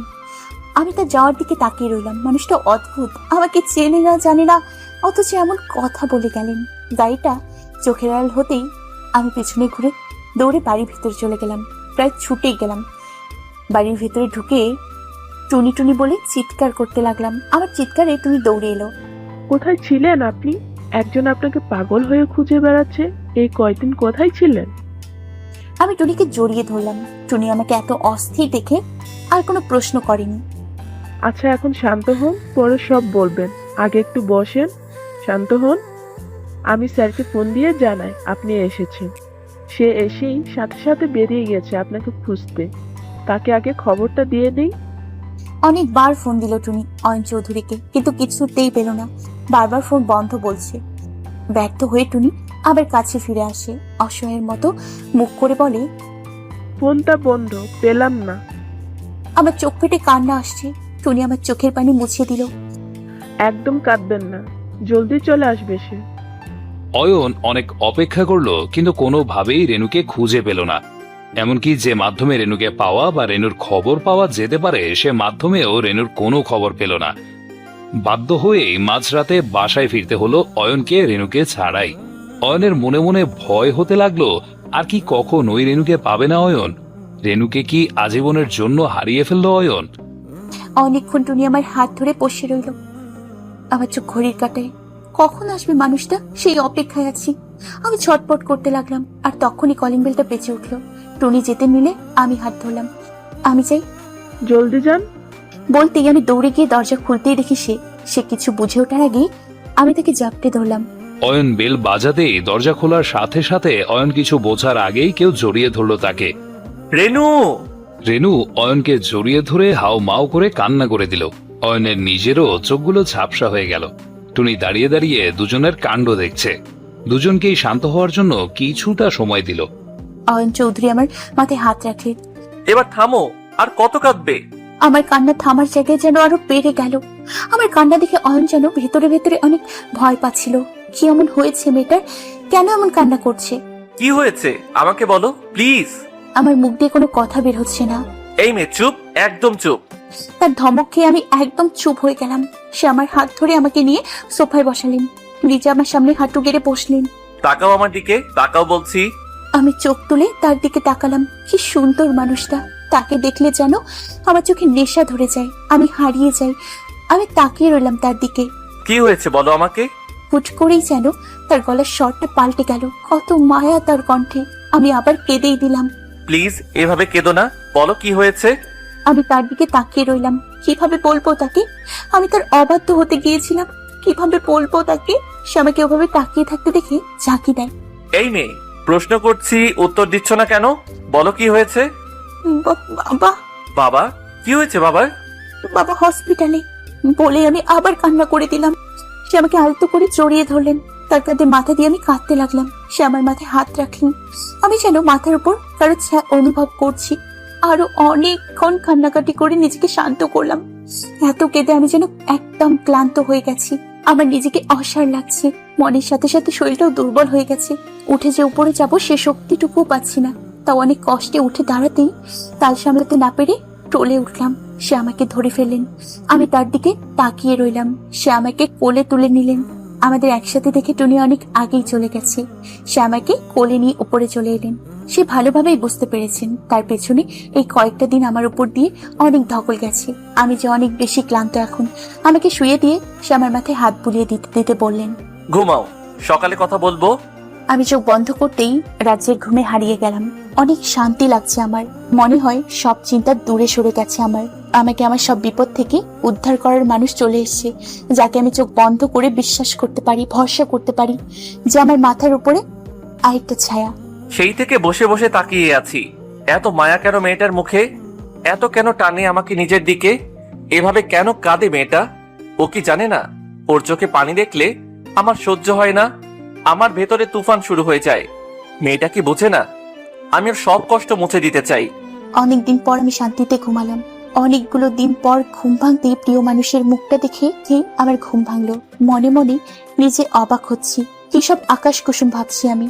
সে আমার প্রিয় মানুষ, কিন্তু আবার গতকাল আনিস সাহেবের করা প্রশ্নটা মনে পড়ে গেল। আমি তাকে ভালোবাসি।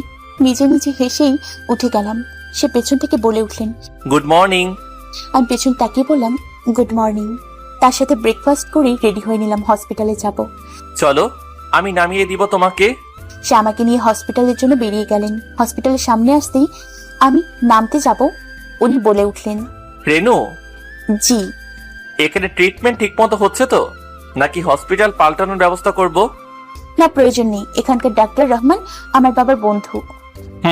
গুড। শুনো, জি। একদম চিন্তা করবে না, আমি ফিরে এসেছি। হসপিটাল বিল, ট্রিটমেন্ট কোনো কিছুর কমতি থাকবে না। তুমি শুধু নিজের আর বাকি সবার খেয়াল রেখো।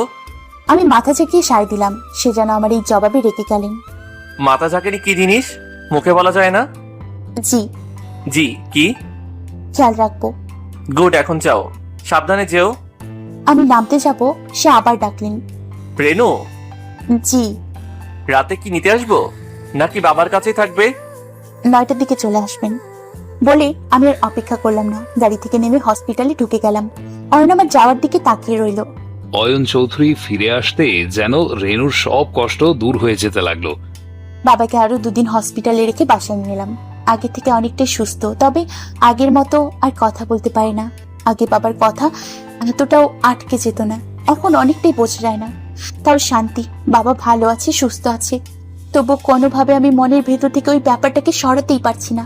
যদি কখনো কোনোভাবে অয়ন চৌধুরী জানতে পারে, তখন কিভাবে রিয়েক্ট করবে সে কে জানে। অবশ্য আমার ক্ষেত্রে তার রিয়েক্ট করার কোনো কারণ নেই। আমি তো আর তার প্রেমিকা নই, আর না তার সাথে কোনো সম্পর্ক আছে। আমি তো তার কেউ নই। তাহলে সে কেন আমাকে আটকে রাখতে চায়? আবার এসব আকাশ কুসুম ভাবছি, তার জন্য অপেক্ষা করছি। সকাল থেকে অয়নের কাজে মন বসছে না, বসবেই বা কিভাবে? বারবার রেনুর কথাই মাথায় ঘুরছে। এখন তো সবকিছু ঠিক যাচ্ছে, তাও রেনুর মাঝে কিছু একটা চাপা আছে যা অয়ন বুঝতে পারছে কিন্তু বলছে না। হয়তো বলতে চেয়েও বলতে পারছে না। কি কথা যা রেনু বলতে নিয়েও বলছে না? সেটা না জানা অবধি অয়নের শান্তি হবে না। অয়নকে যেভাবেই হোক জানতে হবে। হঠাৎ হঠাৎ করেই রেনু অসহায়ের মতো তাকায় অয়নের দিকে, যেন কোনো অপরাধ বোধ রেনুকে কুরে কুরে খাচ্ছে। কোনো অনুশোচনা। কিন্তু কেন? অয়ন জিজ্ঞেসও করেছিল, কিন্তু কোনো লাভ হয়নি। রেনু বাবার কথা বলে এড়িয়ে গেছে, আর সেটা যে রেনুর এড়িয়ে যাওয়া ছিল তাও অয়ন বুঝতে পেরেছে। এতদিন হলো মেয়েটা অয়নের জীবনে এসেছে, কখনো দুজন স্বাভাবিকভাবে দুদণ্ড কথাও বলেনি। না অয়ন নিজের সম্পর্কে কিছু বলেছে, আর না রেনুর সম্পর্কে কখনো জেনেছে। তবু কেন অজানা মায়ায় বাধা পড়ে গেছে? রেনুর কি হয়েছে তা তো জানতেই হবে অয়নের। তাই জানার জন্য বাসায় ফিরেই টুনিকে বলে উপরে যাওয়ার জন্য কথা বলবে। ডেকেছেন আমাকে? বসো। টুনি বসতে বসতেই জিজ্ঞাসা করে, কিছু কি হয়েছে? রেনুর কি হয়েছে? মানে? আমি তো ছিলাম না, তোকে কিছু বলেছে? আসার পর সেদিন ওর ওভাবে আসা, ওভাবে রিয়েক্ট করা। ওর বাবা অসুস্থ সেটা ঠিক, তবে জানি না কেন আমার মনে হচ্ছে মেয়েটা কিছু লুকাচ্ছে। একটা কথা বলার ছিল। কি? সিকিউরিটি বলল সেদিন রাতে নাকি তাকে একটা গাড়ি নামিয়ে দিয়ে গিয়েছিল, আর আর সাথে একজন পুরুষ মানুষ ছিল। টুনির কথা শুনে অয়ন অবাক হয়ে তাকায়। টুনি বেশ বুঝতে পারছে কথাটা অয়নের জন্য বিস্ময়কর লাগছে, তাই আর কিছু বলল না, উঠে চলে গেল। টুনির কথা শোনার পর থেকে অয়ন কিছুতেই হিসাব মেলাতে পারছে না। রেনু কি তাহলে অন্য কারো সাথে? কিন্তু অয়ন তো নিষেধ করে গিয়েছিল। এটাও ঠিক, রেনুর বাবার অবস্থা খারাপ ছিল আর হসপিটালেও অনেক খরচ হয়েছে, তবে সব তো অয়ন সামলে নিয়েছিল। তাহলে কেন রেনু এমন কিছু করল? কেন কথা শুনল না? মুহূর্তের মাঝে অয়নের প্রচন্ড রাগ উঠে গেল। ইচ্ছে করছে সব ভেঙে ফেলতে। রাগী মানুষগুলোর এই এক সমস্যা, তাদের কথার এদিক সেদিক হলেই এরা চটে যায়। অয়ন হাতের সামনে রাখা ফ্লাওয়ার ভাসটা ফেলে দেয়। দরজার পেছনে দাঁড়িয়ে টুনি কেঁপে ওঠে। টুনি জানে এখন এমনটাই হবে, তাই ইচ্ছে করেই চলে না গিয়ে দরজার পেছনেই দাঁড়িয়েছিল। রাগে অয়ন কাউকে কল দিয়ে কথা বলতে বলতে বেরিয়ে যায়। সেই বিকেল থেকে শুয়ে আছি, চোখে ঘুম নেই। মনের মাঝে কেমন যেন একটা অস্থিরতা কাজ করছে। না জানি আবার কোন বিপদ অপেক্ষা করছে আমার জন্য। বিছানায় বারবার এপাশ ওপাশ করছি। কি রে, ঘুমাসনি? মায়েরটাকে পেছন ফিরে উঠে বসলাম। না মা, ঘুম আসছে না। এভাবে না ঘুমিয়ে থাকলে তো অসুস্থ হয়ে যাবে মা। ঘুমানোর জন্য চেষ্টা করছি মা, ঘুম আসছে না। আয় তোর মাথায় তেল দিয়ে দে। আমি মার সামনে বসে পড়লাম। মা অনেকদিন পর আয়েশ করে আমার চুলে তেল দিয়ে দিচ্ছে। আমি আরামে চোখ বন্ধ করে রেখেছি। রেনু, তুই কি কিছু নিয়ে খুব চিন্তিত রে মা? এমন কথা কেন বলছো মা? তোকে কয়দিন ধরে দেখছি সারাদিন কি যেন ভাবিস। কি এত ভাবিস আমাকে বলতো? তেমন কিছু না মা। তোর চাকরি নিয়ে কি কোনো সমস্যা হয়েছে রে মা? আমি একটা দীর্ঘ শ্বাস ছাড়লাম। নতুন জয়েন করলি আর সাথে সাথে এতগুলো টাকা লোন, আর এতদিন ছুটিও কাটালি। না মা, ওসব নিয়ে চিন্তা করো না, অফিসে সব ঠিক আছে। ঠিক থাকলেই ভালো। তুমি চিন্তা করো না মা, তোমার রেনু ঠিক সব সামলে নিতে পারবে, দেখো। মা আমার চুলে বেলি করে দিয়ে আমার কপালে একটা চুমু দিয়ে দেয়। স্কুলে থাকতে মা সবসময় এমন করতেন। উঠে মুখ হাত ধুয়ে নে, আমি তোর জন্য চা করে দিচ্ছি। ঘড়িতে তাকাতেই দেখি 7টা বাজে। 1 ঘন্টা পরেই আমাকে নিতে আসবে, তাই উঠে একেবারেই তৈরি হয়ে নিলাম। বের হওয়ার আগের সময়টা বাবার সাথে না কাটালে আমার হয় না। বেরিয়ে গেলাম। গলির মোড়ে পৌঁছানোর আগেই দূর থেকে গাড়িটা দেখতে পাচ্ছি। আমাকে হয়তো দেখতে পেয়েছেন। আমাকে দেখে এই গাড়ি থেকে নেমে এগিয়ে আসছে সে। আমি আশেপাশে তাকাতে লাগলাম, চেনা পরিচিত কেউ আছে কিনা দেখার জন্য। রেনুকে দেখে অয়ন গাড়ি থেকে নেমে এগিয়ে যায়। বারবার মনে পড়তেই অয়নের রাগে মাথা ফেটে যাচ্ছে। তখন টুনির থেকে ওই কথা শোনার পর অয়ন প্রায় পাগল হয়ে গিয়েছিল রেনু কোথায় ছিল জানার জন্য। আর তা জানার মাধ্যম দুইটা। এক, যদি রেনু নিজে বলে দেয়, সেটা রেনু বলছে না। দ্বিতীয় পথ, যে মাধ্যমে অয়ন রেনুকে পেয়েছে, হয়তো তার সাথে কোনো লিঙ্ক আছে, হয়তো কিছু জানতে পারবে অয়ন, তাই তাকে ফোন দেয়। আর সেই বলে সেদিন রাতে রেনু অন্য কারো কাছে গিয়েছিল। সেটা শোনার পর থেকে অয়নের মাথা ঠিক নেই। প্রচন্ড রাগে অয়ন কি করবে নিজেই জানে না। সে আমার কাছাকাছি আসতেই আমার ভেতরে ধুপ করে উঠল, হয়তো ভয়ে। সে এসে আমার হাতটা শক্ত করে ধরলেন। তার চোখগুলো প্রচন্ড রকমের লাল হয়ে আছে, রাগত মানুষের মতো। মনে হয় কোনো কারণে খুব অতিষ্ঠ। আমি কিছু বলার আগেই সে আমাকে গাড়িতে বসিয়ে দিয়ে অনেক জোরে গাড়ি চালাতে লাগলেন, যেন তার ট্রেন ছুটে যাবে। কি হচ্ছে বা কেন হচ্ছে আমি কিছুই বুঝতে পারছি না। তখন তাকে কোনো প্রশ্ন করাটাও আমার ঠিক হবে না, তাই ভেবে চুপ করে রইলাম। কোন রকমে বাড়ির ভেতরে গাড়িটা রেখেই সে আবার আমার হাত ধরে টেনে নিয়ে যাচ্ছে। এবার আমি প্রচন্ড ব্যথা পাচ্ছি হাতে। টুনি দেখে একবার কাছে আসতে নিয়ে দাঁড়িয়ে গেল। কোন রকমে সে আমাকে টেনে বেডরুমে নিয়েই আমাকে রুমের মধ্যে ছুঁড়ে মারলেন। আমি এক প্রকার গিয়ে ছিটকেই পড়লাম। কপাল ভালো বিছানায় পড়েছি, না হলে খবর ছিল আমার। এত রেগে আছে কেন এই মানুষটা? এমন রূপ তো এর আগে আমি কখনো দেখিনি। সে আমার কাছে এসে আমার মাথায় হাত দিয়ে চুলের মুঠি ধরে আমাকে তার দিকে ফেরায়। এবার আবার অজান্তেই মুখ দিয়ে বেরিয়ে গেল, আমার লাগছে। তাই লাগছে? খুব বেশি লাগছে? আমি তার দিকে তাকিয়েই রইলাম। এত রাগ! সে রাগে থরথর করে কাঁপছে। কয়জনকে প্রয়োজন তোমার? কয়জন লাগবে? সে চিৎকার করে কথাগুলো বলছে। আমি তার হঠাৎ করে এমন প্রশ্ন শুনে স্তব্ধ হয়ে গেলাম। আমাকে দিয়ে তোমার হয় না, নাকি আমি তোমার জন্য যথেষ্ট নই? কোনটা বলো? কেন গিয়েছিলে অন্য কারো কাছে? কেন কেন শুনলেন আমার কথা? আমার চোখগুলো যেন বড় বড় হয়ে গেল। এক্ষুনি মনে হয় ফেটে বেরিয়ে আসবে। আমি তার দিকে তাকিয়ে আছি। সে কিভাবে জানলো? জবাব দাও, ইউ ড্যাম। কেন গিয়েছিলে? কেন শুনলেন আমার নিষেধ? কথা বলতেও আমার গলা কাঁপছে। গলা দিয়ে কোনো শব্দ বের হচ্ছে না। অনেক জোর করেই গলা দিয়ে শব্দ বের করলাম। আপনি আপনি কিভাবে? এটা নয়, আমার উত্তর দাও। কেন শুনলেন না? আর একটু অপেক্ষা করা যেত না আমার জন্য? আর অল্প একটু? এবার আমি তার দিকে তাকিয়ে কেঁদেই দিলাম।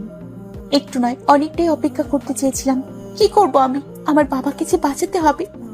আমি কোনো পথ খুঁজে পাচ্ছিলাম না। পাগলের মতো ফোন দিলাম আপনাকে, বারবার কল দিয়েছিলাম। যদি একবার রিসিভ করতেন, একবার বলতেন। আমি ফ্লোরে বসে পড়লাম কাঁদতে কাঁদতে। অয়ন চৌধুরীও আমার সামনে বসে পড়লেন। আর একটু অপেক্ষা করতে। টুনিকে তো রেখে গিয়েছিলাম তোমার জন্য। কেন জানাওনি টুনিকে? বাবার ওই অবস্থায় এত টাকার প্রয়োজন আমার কিছুই মনে ছিল না। আমি কি করব, কার কাছে যাব, কাকে বলবো, টুনিকে যে জানাবো কিছুই মনে ছিল না আমার। আপনি বিশ্বাস করেন, ওই মানুষটার সাথে সে রাতে আমার কিছুই হয়নি। আমি পারিনি। আমি ফিরে এসেছি, আমি সত্যি বলছি, বিশ্বাস করেন।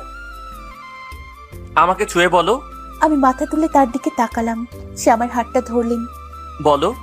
আমি আপনাকে ছুঁয়ে বললে আপনি বিশ্বাস করবেন? শুধু ছুঁয়ে না, তুমি এমনিতে বললেও আমি তোমাকে বিশ্বাস করি। একবার বলো, আমি ছাড়া অন্য কারো স্পর্শ রেনুর মাঝে নেই? তার কথা শুনে আমি বাকরুদ্ধ হয়ে গেলাম।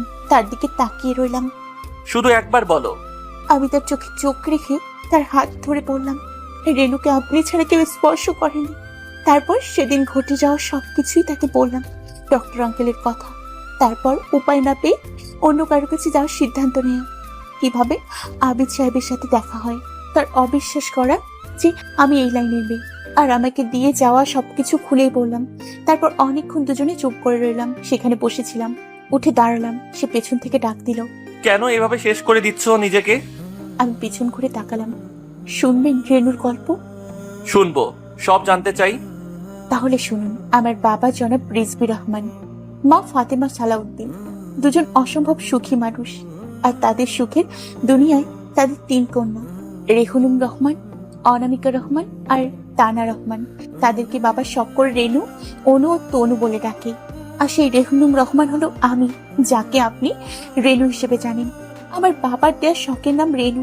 শুধু আপনি না, আত্মীয় স্বজন, প্রতিবেশী, স্কুল, কলেজ, এমনকি ভার্সিটি লাইফে সবাই আমাকে রেনু নামেই চিনত। হুট করে কাউকে রেহুনুম বললে অনেকেই চিনত না। ছোটবেলা থেকে বাবা মায়ের অনেক বেশি আদরে বড় হয়েছে। সব বাবা মাই তার সন্তানদের অনেক আদর করে, তবে আমার বাবা আমাদের অনেক বেশি আদর করতেন, বিশেষ করে আমাকে। আমার বাবার জন্য আমরা 3 বোন আল্লাহর প্রদত্ত 3টে রহমত ছিলাম। আল্লাহ নাকি আমার বাবার উপর অনেক খুশি হয়েছেন, তাই তাকে প্রথম সন্তান হিসেবে আমাকে তার কন্যা সন্তান হিসেবে পাঠিয়েছেন।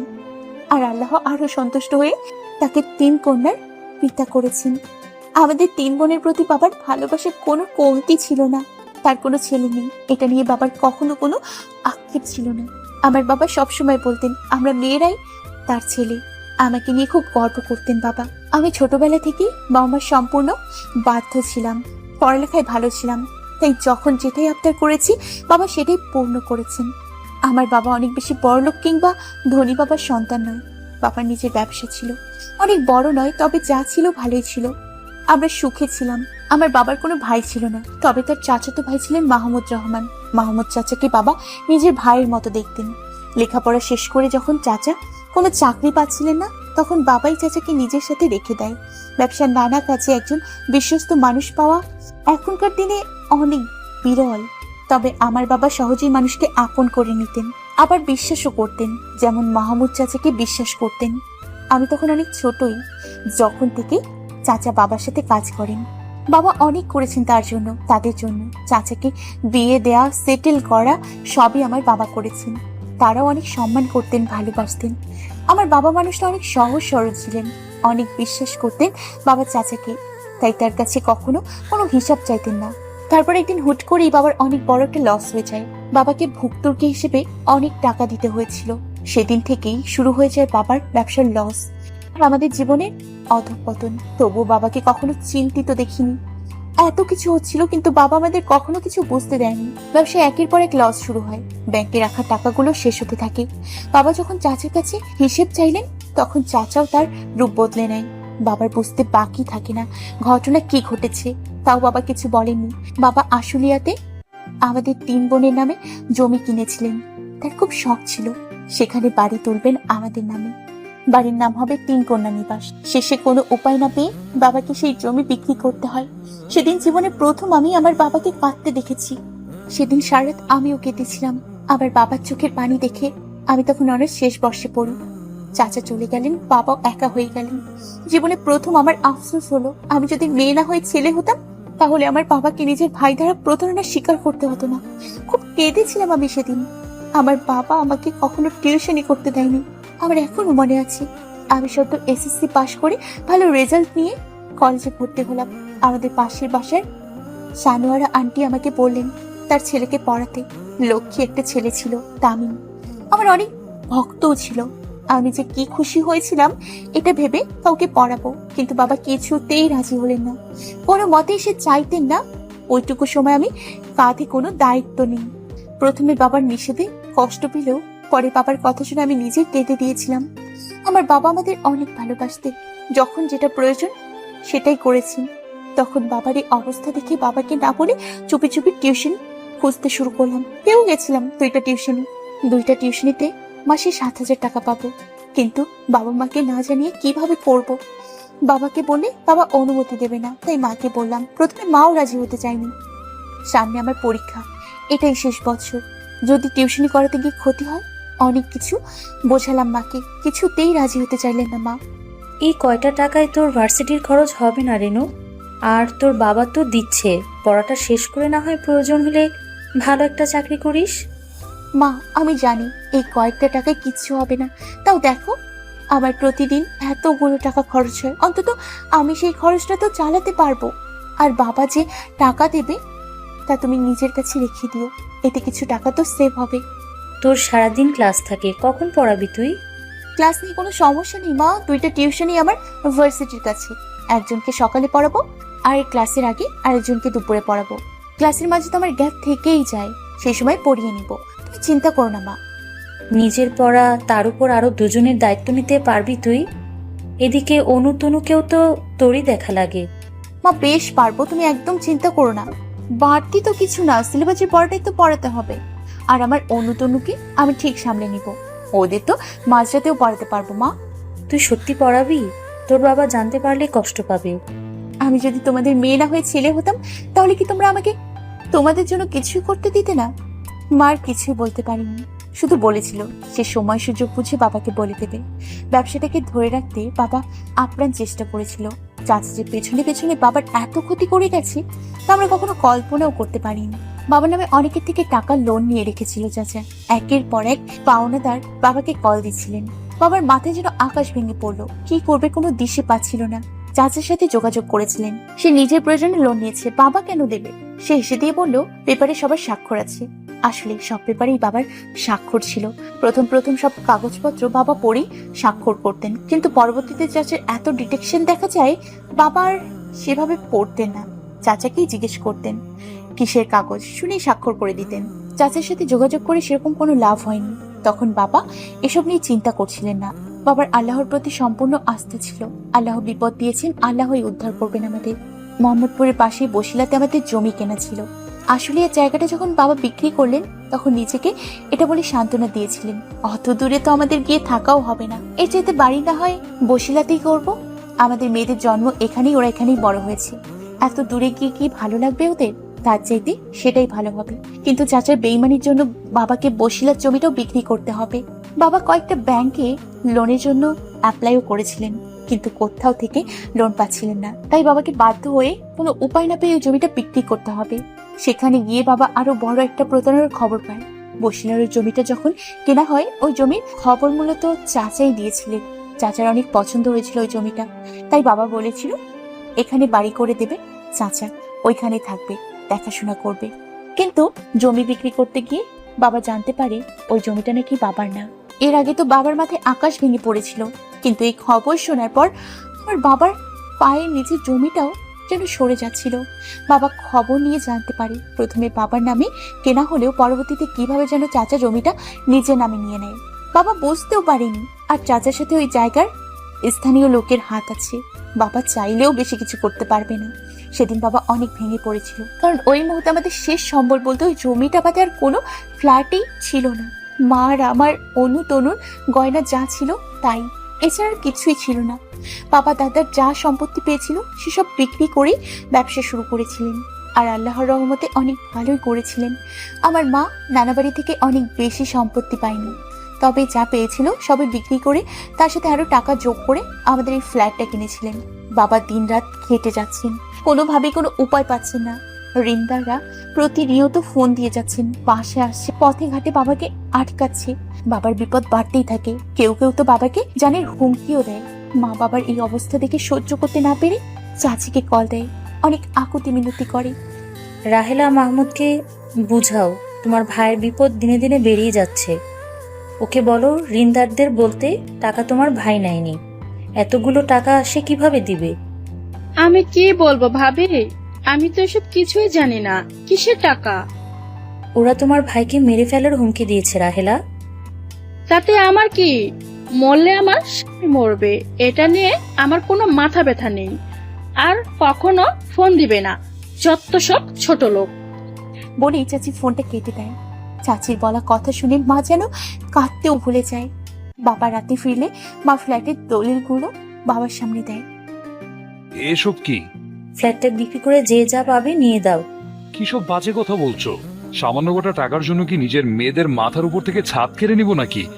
আর আমি তো এখনো বেঁচে আছি নাকি? আজকে তারা তোমাকে মারার হুমকি দিয়েছে, কাল যদি সত্যি সত্যি কিছু করে ফেলে তোমার, তাহলে এই তিনজনকে নিয়ে কোথায় গিয়ে দাঁড়াবে? আমি একবার ভেবে দেখেছো? আরে তুমি শুধু শুধু চিন্তা করছো, এমন কিছুই হবে না। কি হবে না হবে জানি না, তুমি ফ্ল্যাট বিক্রি করে দিবে ব্যাস, আর কিছু শুনতে চাই না। তুমি থাকলে আমাদের হবে। বাবার অনেক বোঝানোতেও মা কিছুই শুনবেন না। মা অনেক বেশি ভয় পেয়ে গেছিল। আমরা 3 বোন দরজার পেছনে দাঁড়িয়ে সব শুনছিলাম। তনু তো কান্নাই করে দিয়েছিল। আমি তনুর মুখ চেপে ধরে ওদের নিয়ে সেখান থেকে চলে যাই।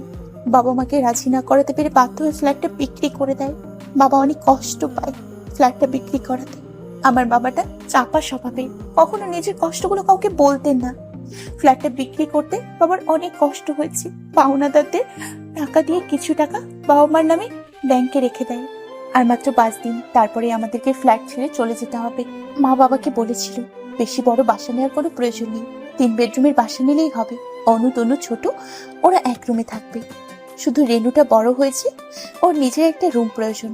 রাতে বাবা কোনোরকম খাবার খেয়ে উঠে গেলেন, তেমন বেশি একটা কথাও বলেন না। বাবাকে অনেক দুঃখিত দেখাচ্ছিল। আমি বাবার মুখের দিকে তাকাতে পারছিলাম না, আমার কলিজাটা ছিঁড়ে যাচ্ছিল। সবাই যার যার মতো রুমে চলে গেলাম।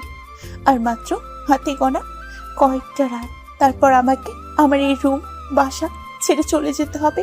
আমি 2 দিন চোখের পাতা এক করতে পারছিলাম না। আমার চোখে ঘুম যেন কোথায় হারিয়ে গেছিল। আমার অনু তনুর, আমাদের 3 জনেরই জন্ম এই বাসায় হয়েছে। আমাদের ছোট্ট থেকে বড় হওয়ার সকল স্মৃতি এখানে। ঘুম আসছে না, তাই আমি অ্যালবাম খুলে বসলাম। কত স্মৃতি, কত সুখের দিন ছিল আমাদের, আমার বাবা মায়ের সোনালি দিন। আমার চোখ দিয়ে কখন যেন পানি বেয়ে পড়লো। আমি চোখের পানি মুছতে গালে হাত দিতেই শুনতে পেলাম রেনু। মাঝরাতে মায়ের চিৎকার। আমার হাত থেকে অ্যালবামটা পড়ে গেল। হঠাৎ করে মায়ের চিৎকার শুনে আমি ভয় পেয়ে যাই। মায়ের চিৎকার বাড়তেই থাকে। আমি দৌড়ে মায়ের রুমে গিয়ে দেখি মা বাবাকে ধরে চিৎকার করছে। বাবাকে এমন ভাবে দেখে আমি থরথর করে কাঁপতে লাগলাম। রেনু দেখ তোর বাবা কেমন করছে, কিছু কর রেনু, কিছু কর। আমি যেন বোঝার ক্ষমতা হারিয়ে ফেলেছিলাম, পাথর হয়ে গিয়েছিলাম আমি। এই মাঝরাতে কি করব, কোথায় যাব, কার সাহায্য চাইব? মা চিৎকার করে যাচ্ছে। অনুটা দৌড়ে সানোয়ারা আন্টিদের ফ্ল্যাটে চলে যায়। এত রাতের বেলায় বেল দেওয়ায় তামিমের বাবা ইকবাল আঙ্কেল গেট খুললেন। কি হয়েছে অনুমা, তুমি এত রাতে? কান্নার জন্য অনু কথাও বলতে পারছিল না। আঙ্কেল বাবা। কি হয়েছে চলো তো দেখি। ততক্ষণে আঙ্কেল চিৎকার চেঁচামেচির শব্দ পেয়ে যায়, তাই বুঝতে পারে কিছু হয়েছে। এসে দেখেন বাবার অবস্থা খারাপ, জ্ঞান নেই, নিথর হয়ে পড়ে আছে। বাবি এখনই হসপিটালে নিতে হবে। আমাদের কোনো গাড়ি ছিল না, সেভাবে কখনো গাড়ির প্রয়োজন পড়েনি।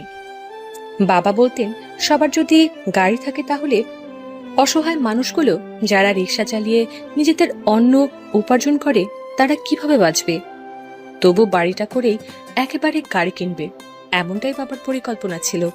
কিন্তু মানুষের জন্য আল্লাহ কখন যে কে রাখেন তা আল্লাহই ভালো জানেন। তাই ইকবাল আঙ্কেল নিজের গাড়িতে করেই বাবাকে হাসপাতালে নিয়ে যান। ডক্টর রহমান বাবার বন্ধু, তারা একসাথে স্কুল কলেজে পড়ালেখা করেছেন। তারপর আঙ্কেল মেডিকেলে ভর্তি হয়ে গেলেন, আর বাবা সরকারি থেকে পড়া শেষ করলেন। বাবা ছোটবেলা থেকে ব্যবসায়িক মাইন্ডেড ছিলেন, ব্যবসার ব্যাপারটা খুব ভালো বুঝতেন বাবা। তাই আগেই ঠিক করে রেখেছিলেন পড়াটা শেষ করেই নিজের ব্যবসা করবেন, আর তেমনটাই করেছিলেন। এই সব কিছুই বাবার থেকে শোনা। বলতে গেলে আমাদের পারিবারিক ডাক্তার রহমান আঙ্কেল। আর বাবার তো কিছুদিন পর পর আঙ্কেলকে না দেখলে ভালোই লাগতো না। আঙ্কেলেরও একই অবস্থা ছিল। আঙ্কেল হাসপাতালে ছিলেন না। গাড়িতে উঠতেই মনে হয় আঙ্কেলকে একটা কল দেওয়া দরকার। ভাগ্যিস কলটা দিয়েছিলাম। আমার ফোন পেয়ে আঙ্কেল বাসায় ছিলেন, উনিও হাসপাতালে চলে আসলেন। ভাবি একদম চিন্তা করবেন না, আমি দেখছি, আল্লাহকে ডাকেন। বাবাকে আইসিইউতে নিয়ে যাওয়া হয়। আঙ্কেল অনেকক্ষণ পর বেরিয়ে আসেন। আঙ্কেলের মুখটা মলিন হয়ে গেছে। ভাই সে ঠিক আছে তো? আঙ্কেল কিছু বলতে পারছেন না। আমাদের 3 বোনকে দেখছেন বারবার, তাই আমি আবার প্রশ্ন করি, আঙ্কেল বলেন না বাবা ঠিক আছে তো? তোমার বাবার স্ট্রোক করেছে। কি? আর ওর বাম পাশটা সম্পূর্ণ প্যারালাইজড হয়ে গেছে। মা! অনুর চিৎকারের পেছনে তাকে দেখি বাবার কথা শুনে মা জ্ঞান হারিয়ে ফেলেছে। বাবা স্ট্রোক করেছেন প্রথমবার। আমার দুনিয়ায় যেন অন্ধকার হয়ে যাচ্ছে। আমার সুখী পরিবারটা একজন আপন মানুষের বেইমানির জন্য আজ কেমন এক পরিস্থিতির সম্মুখীন হয়েছে। মার জ্ঞান ফেরার পর থেকে মার কান্না যেন আরো বহুগুণ বেড়ে গেল। এখন কে দেখবে আমাদের? আপন বলতে তো কেউ নেই। আত্মীয় স্বজন যারা আছে আমরা না খেয়ে থাকলেও তারা যে সেভাবে জিজ্ঞেসও করবে না তা আমরা ভালোভাবেই জানি। অনেকের জন্যই আমার বাবা অনেক কিছু করেছেন, কিন্তু তাদের বিপদ কেটে গেলে তারা আর আমাদের খবর রাখতেন না। সেই সব কিছু আমার জানা। ডক্টর আঙ্কেলের সাথে কথা বলে জানতে পেরেছিলাম বাবা নাকি কয়েকদিন আগে গিয়েছিলেন, তার নাকি কেমন অসুস্থ অনুভব হয়। আঙ্কেল কিছু টেস্ট করতে বলেছিলেন, কিন্তু বাবা করাননি। এমনকি আমাদেরকেও কিছু বলেননি। বাসায় এমন অবস্থা চলছিল, তাই নিজের দিকে খেয়াল রাখেনি আমার বাবাটা, শুধু আমাদের কথা ভেবেছিলেন। আগেই বলেছিলাম আমার বাবাটা চাপা স্বভাবের। কখনো নিজের হাজার কষ্ট হলেও হাসি মুখে থাকতেন, কখনো কাউকে বলতেন না, এমনকি বুঝতেও দিতেন না। আর আমরাও বুঝতে পারিনি। মা বাবার স্ট্রোকের কথা শোনার পর থেকে নিজেকেই দোষারোপ করে যাচ্ছেন। মা বাবার এত কাছে থেকেও কেন বুঝতে পারেননি, কেন বাবার কষ্ট হচ্ছিল তাও বুঝেনি মা। মাকে কিছুতে শান্ত করতে পারছিলাম না।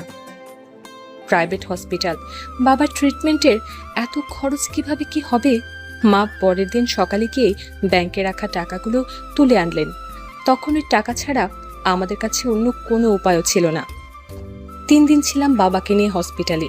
অনেক টাকা বিল এসেছিল, এখনো সব আমার চোখে স্পষ্ট দেখতে পাই। অনু যখন ক্লাস 7-এ পড়ে, একদিন স্কুলে হুট করে ওর পেন উঠে।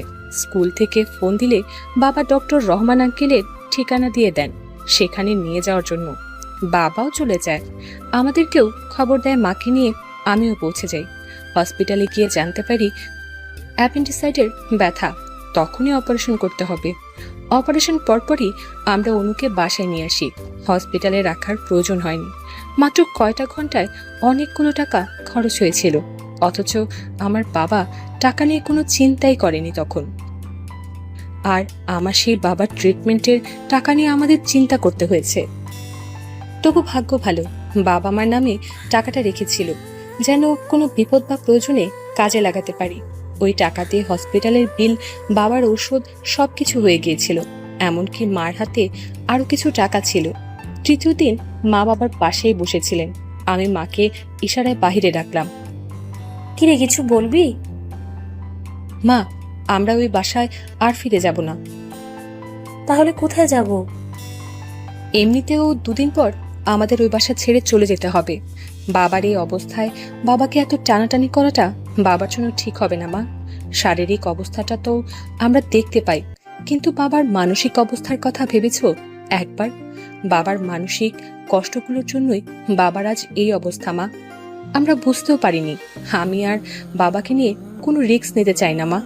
আর আঙ্কেলও বলে দিয়েছেন বাবা যেন কোনো প্রকার চিন্তা না করেন। দেখ, তাহলে তুই যা ভালো মনে করিস তাই কর। আর শোনো, কোনো বড় বাসা নিব না, যত কমের মাঝে নেওয়া যায়। তাহলে আমাদের এত জিনিসপত্র, এগুলোর কি হবে? এত কিছু দিয়ে কি করব মা? যা যা একান্তই প্রয়োজন ওইসব জিনিস রেখে বাকি সব বিক্রি করে দেব। এত কিছুর প্রয়োজন নেই। বিক্রি করে দিবি? কি করব মা বলো? ওই জিনিসগুলো রাখার জন্য তো এত বড় বাসা নেওয়া সম্ভব না মা। এত ভাড়া কিভাবে দেব? ঠিক আছে, তাহলে যা ভালো মনে করিস কর। আমি জানতাম আমার কথা শুনে মার কষ্ট হচ্ছিল। বাবা মার তিলে তিলে করা ছিল সবকিছু। আমাদের বাসাটা, আমাদের সংসারটা বাবা মায়ের জন্য শুধু বাসা বা সংসার ছিল না, তাদের জন্য তাদের সুখের রাজ্য ছিল, যা তারা একটু একটু করে গড়ে তুলেছিলেন। আর সেই রাজ্যটাই নিমিষে শেষ হয়ে যাচ্ছিল। আর চাইলেও তারা কিছু করতে পারছিলেন না। মা, অনু আর তনুকে হসপিটালে রেখে আমি বেরিয়ে পড়লাম। আজকের দিনের মাঝেই বাসা খুঁজতে হবে। সেই সকাল থেকে খালি পেটে হেঁটেই যাচ্ছি। বাসাগুলোর এত ভাড়া আগে জানতাম না। আমাদের তো কখনো ভাড়া দেওয়া লাগেনি, তাই জানতাম না। 2 বেডরুমের বাসাগুলোর ভাড়া 18,000 টাকার উপরে পড়ে যায়। আর ওই সময় প্রতি মাসে 18,000 টাকা কোনো অনেক কষ্ট, সাধ্য হয়ে যাবে আমাদের জন্য। কোনোভাবেই কোনো বাসা মিলাতে পারছিলাম না। তখন মনে পড়লো আমার বন্ধু সাকিবের কথা। ও একাই থাকে, 2 দিন পর পরই বাসা পাল্টায়। ওর কাছে ধারণা আছে কোথায় বাসা ভাড়া কম হতে পারে। আমি কলের পর কল দিয়ে যাচ্ছি, ছেলেটা রিসিভ করছে না। হ্যালো, এখনো তোর সকাল হয়নি? কি করব বল, সারা রাত জেগে পড়েছি। তাই সকালে চোখ খুলতে পারিনি। তুই হঠাৎ কি মনে করে? তোর হেল্প লাগবে, একটু বের হতে পারবি? কিছু কি হয়েছে? তুই আয়, আমি বলছি। সাকিব আর কথা না বাড়িয়ে সাথে সাথে আমার কথা মতো চলে আসে। দুজন একটা টং দোকানে বসলাম। সাকিব 2 কাপ চা নিল। ও আমাকে দেখার সাথে সাথে বুঝে গেছে কিছু একটা হয়েছে। তমার পরে যদি আমার কোনো ভালো বন্ধু থেকে থাকে তাহলে সেটা সাকিব। আপনারা ভালো থাকবেন, সুস্থ থাকবেন। আজকের মতো বিদায় নিচ্ছি, ধন্যবাদ।